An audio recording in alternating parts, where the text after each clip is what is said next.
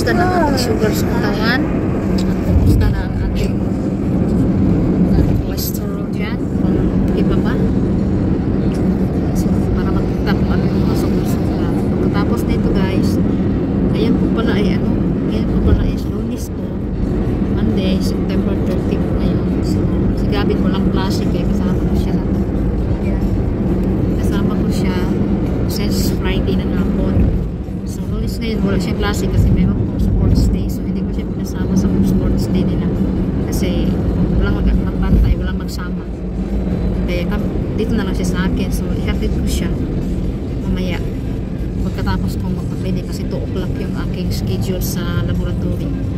Tapos kung magpa-laboratory, pupunta ko kami ng center point. May time pa kasi kailangan sa 4 o'clock. Babalik na po ako doon sa work. Babalik na po ako doon sa work kasi kailangan kong alalayan si Lolo para maligo. Ganun, mga 4:30 ganun. So, pambilisang labasan lang to. So, pagka nataka kayo, bakit iniwan ko si Lolo mag-isa? Hindi po siya mag-isa mga madam, no?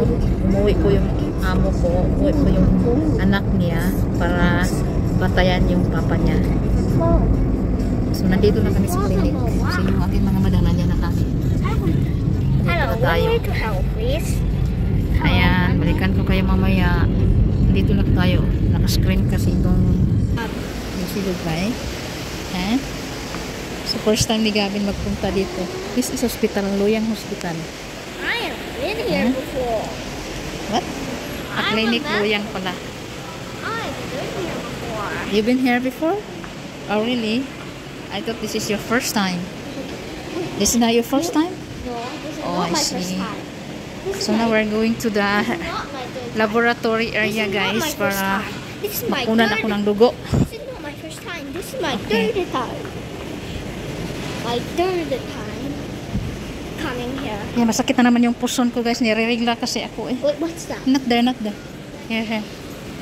So, i-close muna natin kasi bawal ang telepon, guys.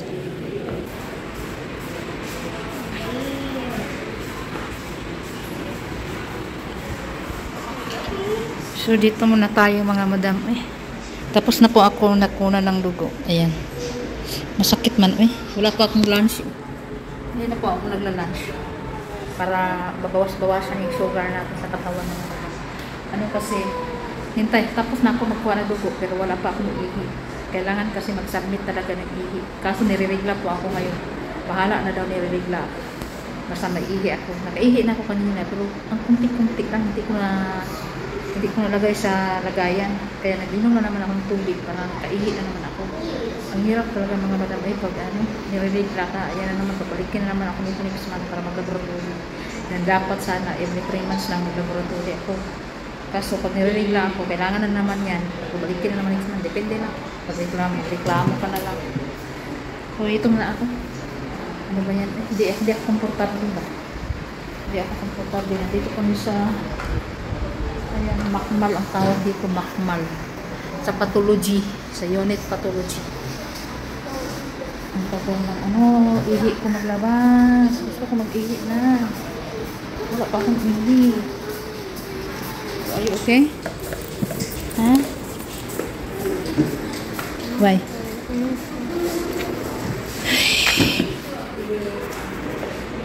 Ito yung bata eh. Uy. Why? Ganon. Kanina sinusum ko kasi kanina ay anong tawag doon? 0.5 lang yung camera ba para hindi masyadong malapit. Ayan, dito tayo sa loob mga madam. Hintay ko lang yung ihi ko maglabas para makapag-submit na ako ng ihi. Pagkatapos ko mag-submit ng ihi, uuwi na ako.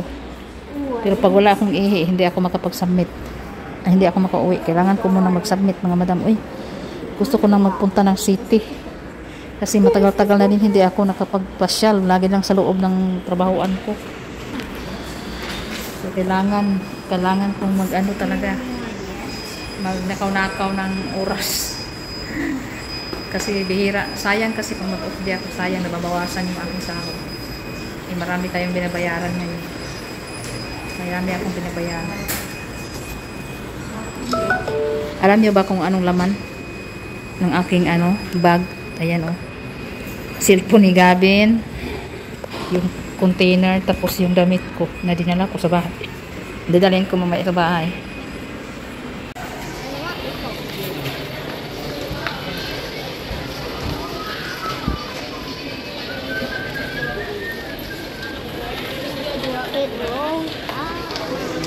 Dito muna kami sa Center Point, guys. Kailangan muna namin i-check kung magkano ang palitan ng piso.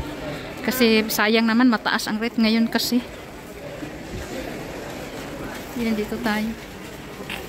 Magtanong tayo dito. Wait first, I asking first, okay? I asking first, ha? For a while, ha? Yan, guys. Nagdali-dali may paniud to diri sa kuan. Ang oras kano, alas 3 na nasa hapon. Di ami diri sa McDonald's Center Point. Ayan, kasi Gavin gusto talaga kumain. Kasi I have only 45 minutes para kailangan makabalik ako doon sa work.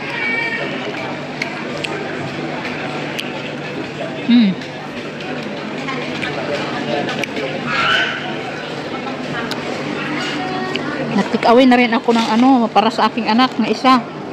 Kasi hindi pwedeng isa lang ang pagkainin natin. Kailangan fair tayo. Kailangan fair yung ating mga anak. At saka, hindi na rin ako nagbili para sa daddy na, para sa aking mister, kasi hindi man yung kumakain ng ganito yung aking mister. Habang tumatagal, parang hindi ko nakilala kung anong kakainin ng aking mister. Puro bawal, puro ano. Yeah, enjoy na, enjoy. Mom, I need the oh, Mom, I need here. No need to eat back ko na. In the very down. Mom, I don't want to waste. Pinahirapan mo pa talaga ako ba? Nag-vlogging si mami ba? You just hold it, and pinahirapan pa talaga ako dito mga maring Thank you. So, grabe talaga, kailangan talaga ganito yung gagawin, no? Pag working tayo. Pag nandito ako sa labas, parang gigitik akong tigol mga maring. Puro dali-dali.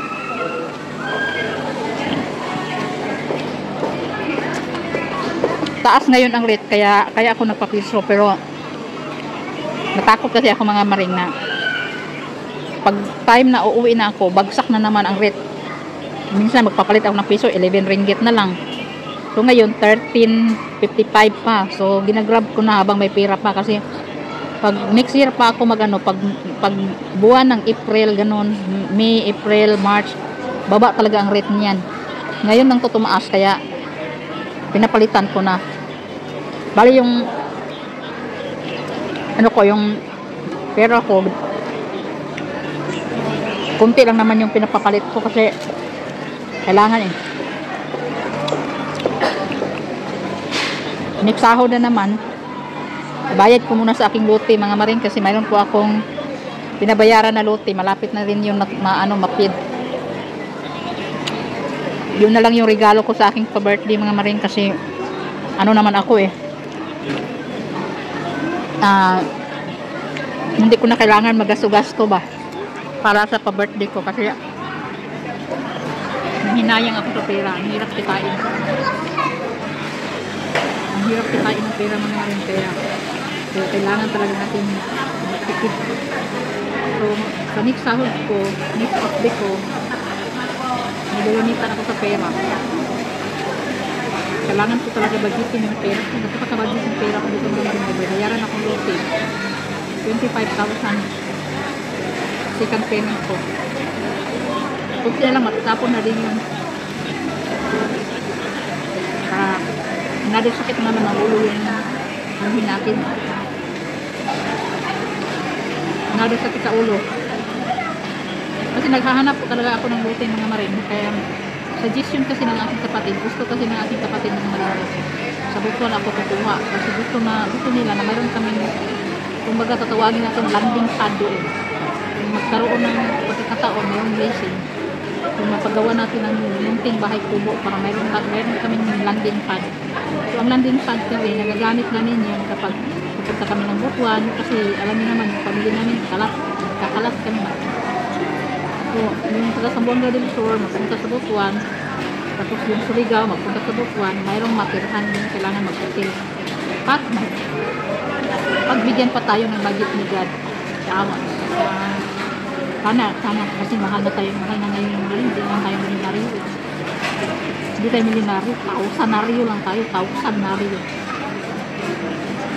Sana maging milyonaryo tayo para yung mga plano natin, matupad natin. So, kahit hindi pa man tayo milyonaryo, kailangan natin magtipid. Spend wisely. Habang mayroon pa akong magandang sahod, magandang trabaho. Kasi hindi natin alam hanggang kailan. Hindi natin alam hanggang kailan yung pag wala tayong si Lolo, wag naman sana. Sana matagal pa yung buhay ni Lolo. Sana maabot pa ng hanggang makapundar na ako sa makaipon talaga ako ng malaki ba. Wala naman ako magtiis. Kailangan talaga natin magtiis para proteksyon ng ating mga anak. Yun nga, nakahanap niya yung uncle ko. Mayroon na sana nagustuhan na lote. Mura lang sana. Kaso lang, walang title na ipakita. So, deed of sale lang. So, ayun ang uncle ko. Gusto yung uncle ko, mayroong title. So, hindi ko nahiharapan magpa-title. Palipat ng pangalan mo. Kumahal talaga mga maring pag-assistin lang. Kaya kailangan kung tayo para alam natin makahanap tayo ng pwedeng installment lang. Kahit installment lang mga maring kaya nabigyan kami. Para hindi masakit sa anak. Alam niyo naman ako, hindi ako nabilig ng utang-utang. So, alam mo lang, hindi ako nabilig ng utang-utang. Ayaw ng business. Gusto ko kung may pera na ako, bayaran ko agad. Pero pag hindi kaya, kailangan pa rin pag-isipan ng mabuti. Kaya kailangan, bago ko yung gagawin, kailangan mayroon akong savings na in case ang nangyari. Mawalan ng tayong trabaho at kung nakaribin na.